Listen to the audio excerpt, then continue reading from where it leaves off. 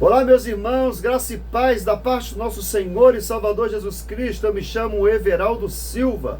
Seja muito bem-vindo a esse canal. Nesse vídeo falaremos sobre o profeta Elias. Por que o profeta Elias se escondeu na caverna? Sendo um profeta com grande ousadia, fazendo os profetas de Baal se calar, e o nome do Deus de Israel sendo glorificado. Se você não é inscrito no canal, olha, aproveita esse momento, aqui embaixo, se inscreva no canal, dê aquele joinha, compartilha para que vidas sejam alcançadas e edificadas pela palavra do nosso Senhor Jesus.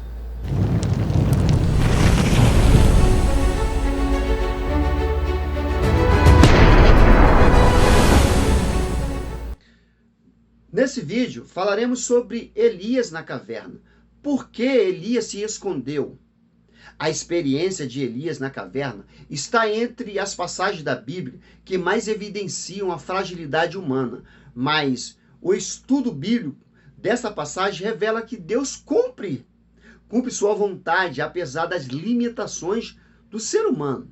Elias na caverna é um lembrete que até mesmo o mais forte pode ser fraco. Elias foi um dos profetas mais emblemáticos de Israel. Inclusive, no Novo Testamento, ele apareceu no episódio da transfiguração de Jesus junto de Moisés, representando a escola profética da comunidade da aliança. Além disso, sem dúvida, o profeta Elias foi um dos homens da história da humanidade. De forma mais extraordinária e claras manifestações do poder do Senhor, do Deus vivo, ele viu em seu ministério, morto, ressuscitar pelo poder divino através de seu ministério. Viu Deus controlar diretamente a natureza, secando assim a terra e depois mandando chuva sobre ela. Ele viu fogo descer do céu, da parte do nosso Senhor. Mas depois de tudo isso, ele ainda tentou fazer de uma caverna o seu lar. Elias na caverna é uma prova de que milagres não mantêm, meus irmãos, não mantém ninguém de pé. O que mantém um servo de Deus ativo em seu serviço é a comunhão com o Senhor e na obediência de sua palavra. Por que Elias se escondeu então? A história de Elias na caverna está registrada em 1 Reis 19. Mas para entendermos o motivo pela qual o profeta fugiu para a caverna, precisamos retomar o capítulo anterior. Mas engana-se quem pensa que em 1 Reis 18 é um capítulo melancólico que culmina, ou seja, na imagem do fracasso de Elias na caverna. Muito pelo contrário. No capítulo anterior ao episódio da caverna, Elias aparece no auge. Nem de longe lembra um homem frágil, amedrontado, com crise de identidade e com um discurso vitimista, se escondendo na caverna. Não, ele estava no auge do ministério. Em 1 Reis 18, Elias aparece como um homem corajoso para confrontar o rei Acabe, para convocar toda Israel e os profetas de Baal no Monte Carmelo, para desafiar os profetas pagãos e depois matá-lo diante da manifestação do poder do Senhor, e para orar por chuva em Israel, e depois de anos de terrível seca. Por fim, sob a captação do Senhor, do poder do Senhor, ele ainda correu por quase 40 quilômetros do Monte Carmelo até Jezreel. Mas então, como um homem assim foi do auge até o fundo do poço, do Monte da Vitória para a caverna do desalento? Por que Elias fugiu para a caverna então, pastor?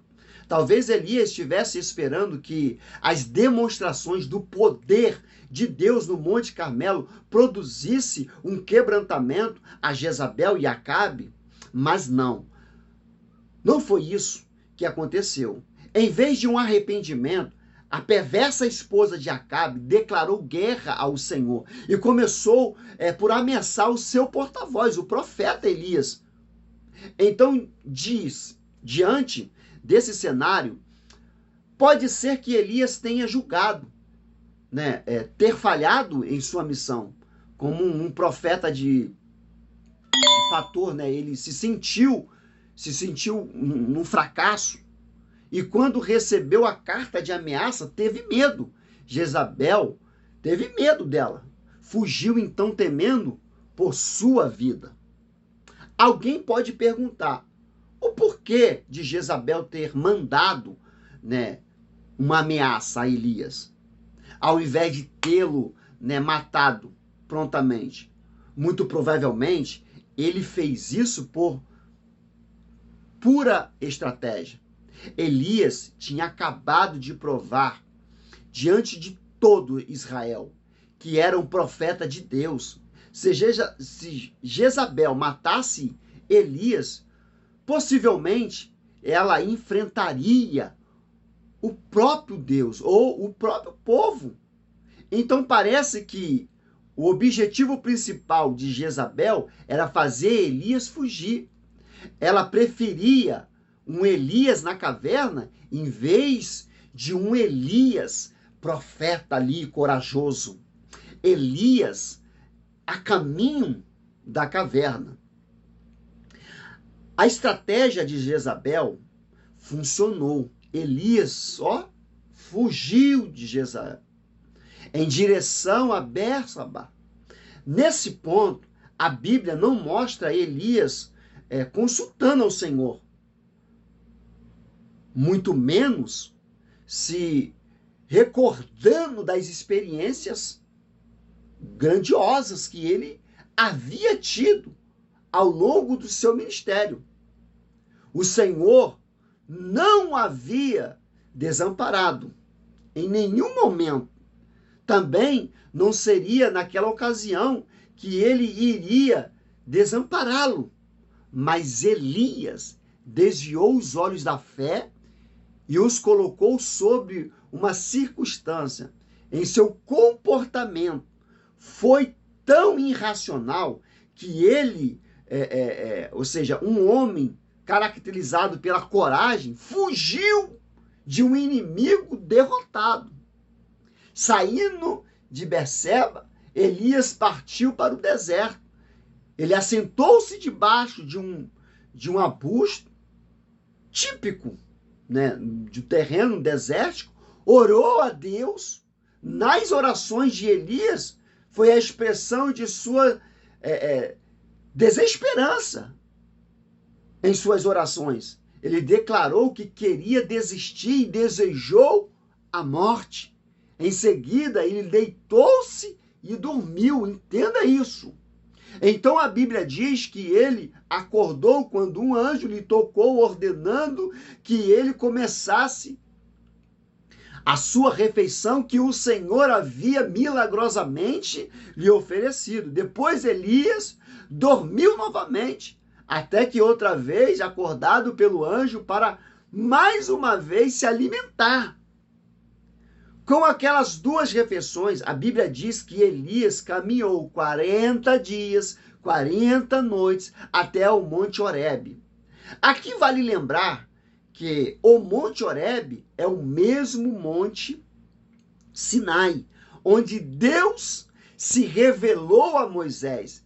Nesse percurso, Elias caminhou quase 400 metros, numa viagem que levou 40 dias e 40 noites. O texto bíblico não explica por que essa viagem demorou tanto assim, já que esse percurso poderia ser feito num tempo muito menor. Alguns comentaristas, exegetas, e algumas paralelos, né, com esses 40 anos que Israel peregrinou no deserto, com os 40 dias que Moisés passou na montanha e com os 40 dias que Jesus passou no deserto, quando foi tentado. Elias, na caverna, foi quando ele chegou ao Monte Horebe, que Elias entrou numa caverna onde passou a noite, A situação do profeta era tão complicada que muitos estudiosos acreditam que Elias teve depressão naqueles episódios. Ele estava assustado e é muito abatido. Seja como for, ele estava disposto a desistir de seu ministério e até mesmo de sua vida. Mas foi na caverna que Deus falou com Elias. Em vez de repreender, o Senhor apenas lhe perguntou: o que fazes aqui, Elias? 1 Reis 19:9. Isso mostra a forma pessoal e paciente e atenciosa que Deus trata os seus filhos que passam por momentos de desespero. No entanto, Elias não respondeu de forma direta. A pergunta do Senhor, na verdade, ele tentou se justificar em sua resposta, mostrando uma mistura de orgulho com pena de si mesmo. Ele alegou ter sido servo fiel e zeloso pelo Senhor, enquanto os israelitas quebraram a aliança. No fim, ele acabou julgando estar sozinho e sendo perseguido. Então Deus lhe ordenou que saísse da caverna para o monte e se colocasse perante o Senhor. A Bíblia diz que veio um vento muito forte, mas o Senhor não estava no vento. Depois veio um terremoto que abalou os montes, mas o Senhor não estava no terremoto. Na sequência veio um fogo, mas o Senhor não estava no fogo. Por último, o texto bíblico diz que veio um círculo tranquilo e suave, em 1 Reis 19:12. Foi então que Elias saiu e colocou-se à entrada da caverna. Neste momento, ele ouviu a voz do Senhor, mas talvez para a surpresa de Elias, o Senhor lhe fez a mesma pergunta de anterior: que fazes aqui, Elias? 1 Reis 19:13 está relatado. Mais uma vez o profeta repetiu a mesma resposta anteriormente também. Deus, então, o que faz? Vai restaurar Elias na caverna. Embora Elias tivesse agido pelas aparências, em vez de agir pela fé, Deus o restaurou ao seu serviço. Deus lhe preparou para terminar o seu notável ministério de forma estratégica. Por isso, que na porta da caverna, Elias recebeu do Senhor 3 ordens. Primeira, ungir a Jarel como um novo rei da Síria. Segundo, ungir a Jeú como um novo rei de Israel. 3, ungir o jovem Eliseu como seu sucessor na escola profética de Israel. Essas 3 ordens confrontam o estado deprimente de Elias. O profeta havia fugido com medo da ameaça de uma mulher perversa, que era esposa de um rei fraco e reprovado perante Deus. Mas ele deveria saber que aquele casal só continuaria no poder até quando Deus quisesse. Deus apenas controla o trono de Israel, mas controla o trono de todas as nações da terra.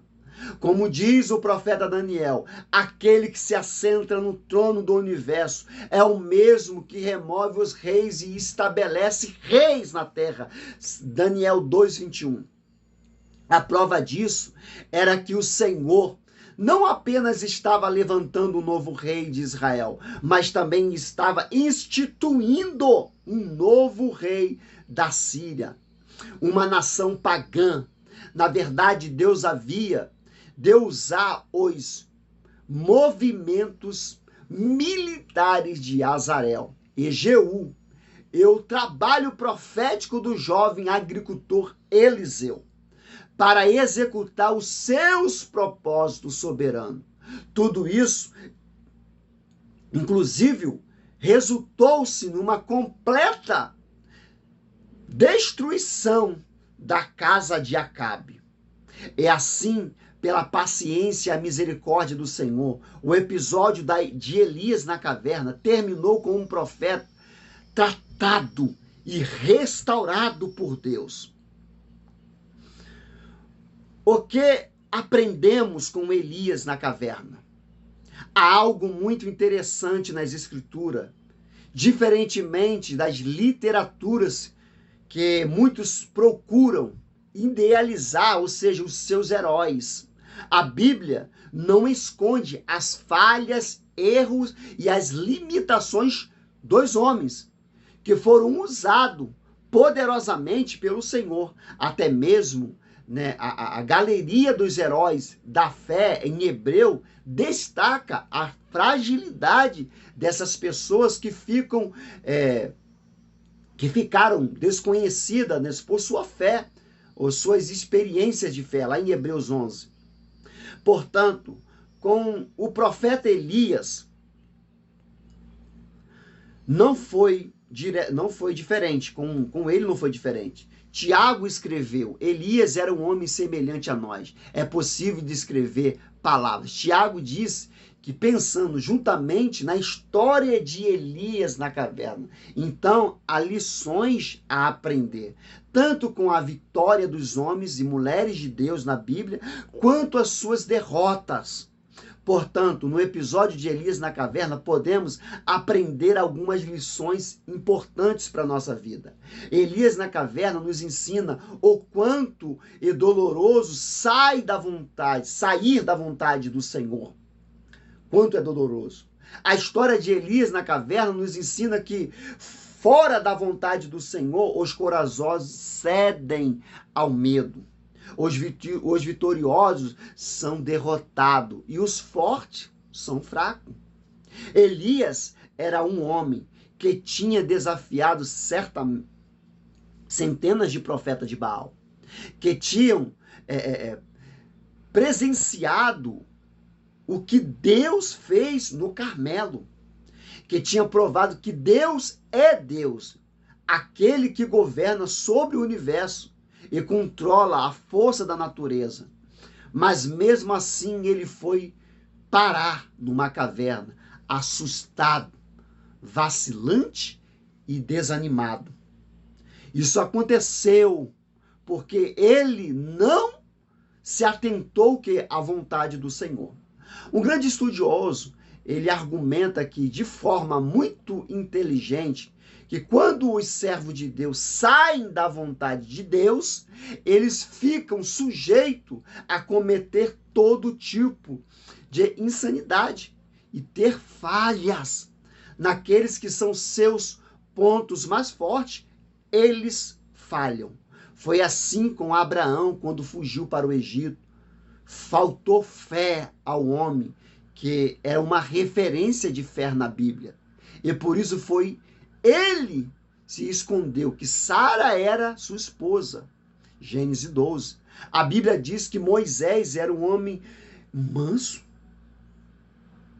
dos homens, mas ele perdeu o privilégio de entrar na terra prometida. Por quê? Lhe faltou a calma. Números 21 ou 13. Uma característica do rei Davi era a sua integridade, não era? Mas em seu envolvimento com Betseba, lhe faltou ser justamente ser um homem íntegro, lá em 2 Samuel 11:12.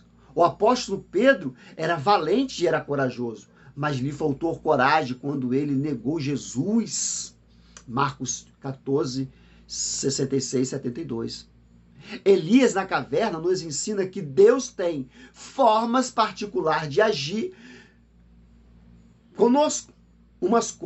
Algumas coisas e alguns fatos. Nem sempre Deus fala o que queremos ouvir ou agir da forma que mais nos agrada.